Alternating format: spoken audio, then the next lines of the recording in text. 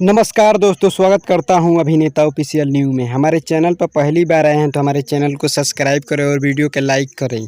ये खबर है भोजपुरी के जुबली स्टार दिनेश लाल यादव उर्फ निरहुआ के गाने, जिस गाने का नाम है आओ भोले, उसी के बारे में बहुत ही बड़ी जानकारी देने वाला हूं। वीडियो को पूरा देखें तभी समझ में आएगा। इस गाने को लिखे हैं धर्म हिंदुस्तानी और म्यूजिक दिए हैं आर्या शर्मा और गाए हैं दिनेश लाल यादव उर्फ निरहुआ जी अपने मधुर आवाज में। अभी तक इस गाने को नहीं सुने हैं तो जाकर कृपया सुन सकते हैं निरहुआ म्यूजिक वर्ल्ड पर। जी हाँ दोस्तों, ये निरहुआ म्यूजिक वर्ल्ड पर ये गाना रिलीज हुआ है आज ही सुबह सुबह।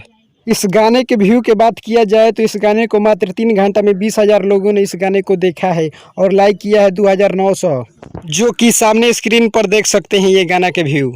उम्मीद करता हूं कि ये खबर आप लोगों को अच्छी लगी हो तो हमारे चैनल को सब्सक्राइब करें और वीडियो के लाइक करें, साथ ही कमेंट करें कि वीडियो कैसी लगी। मिलते हैं नेक्स्ट वीडियो में किसी और खबर के साथ। जय हिंद, जय भोजपुरी।